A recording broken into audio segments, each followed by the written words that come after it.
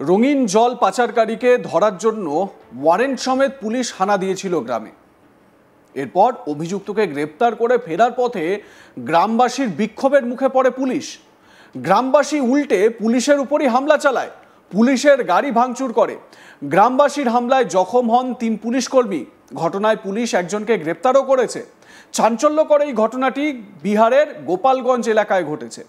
জানা গিয়েছে বিহারের গোপালগঞ্জে সিধওয়ালিয়া থানার পুলিশ পলাতক এক রঙিন জল পাচারকারীকে গ্রেপ্তার করতে ওয়ারেন্ট সমেত গিয়েছিল, কিন্তু গ্রামবাসী পুলিশের উপর চড়াও হয়। ইট ও পাথর দিয়ে পুলিশের উপর হামলা করে তারা। হামলায় পুলিশের গাড়িটি ক্ষতিগ্রস্ত হয়। গ্রামবাসীর আক্রমণে 3 পুলিশকর্মী জখম হন। ঘটনাটি সিধওয়ালিয়া থানা এলাকার হালুয়ার তিওয়ারি টোলা গ্রামের বলে জানা যাচ্ছে। এই হামলায় পুলিশ তাৎক্ষণিকভাবে ব্যবস্থা গ্রহণ করে একজনকে গ্রেপ্তার করেছে।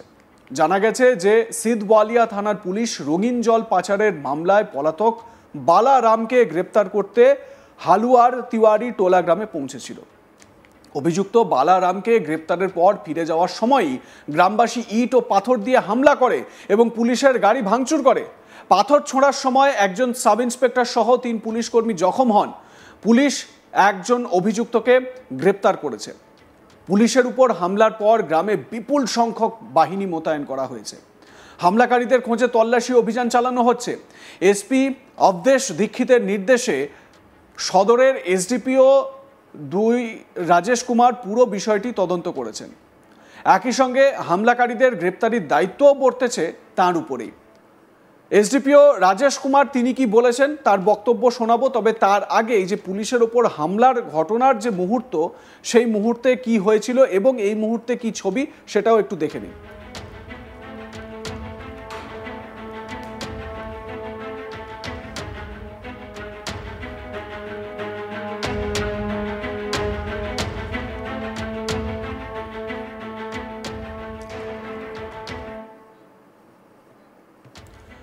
एसडीपीओ गोपालगंज राजेश कुमार তিনি কি বলেছেন এই প্রসঙ্গে শুনুন।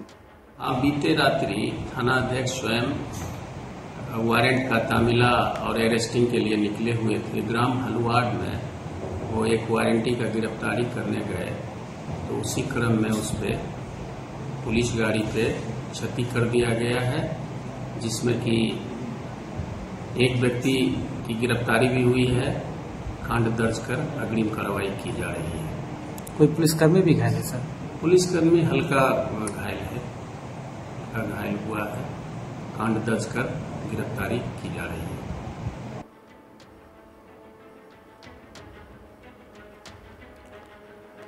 প্রসঙ্গত আগেও পুলিশ কর্মীদের উপর হামলা হয়েছে। গোপালগঞ্জে পুলিশের উপর হামলার একটি ঘটনা এটি প্রথম নয়, এর আগেও এই ধরনের ঘটনা ঘটেছে। এর আগেও ফুলওয়ারিয়া, গোপালপুর, মিরগঞ্জ এবং যাদবপুর থানার পুলিশ কর্মীরা গ্রামবাসীর দ্বারা আক্রান্ত হয়েছেন এবং তাদের যখনই তারা অ্যাকশনে নেমেছেন বা কোনো রকম অভিযানে নেমেছেন, তখন সেখানকার মানুষ, এলাকার মানুষ তারা জড়ো হয়ে যান, ঘিরে ধরেন পুলিশকে।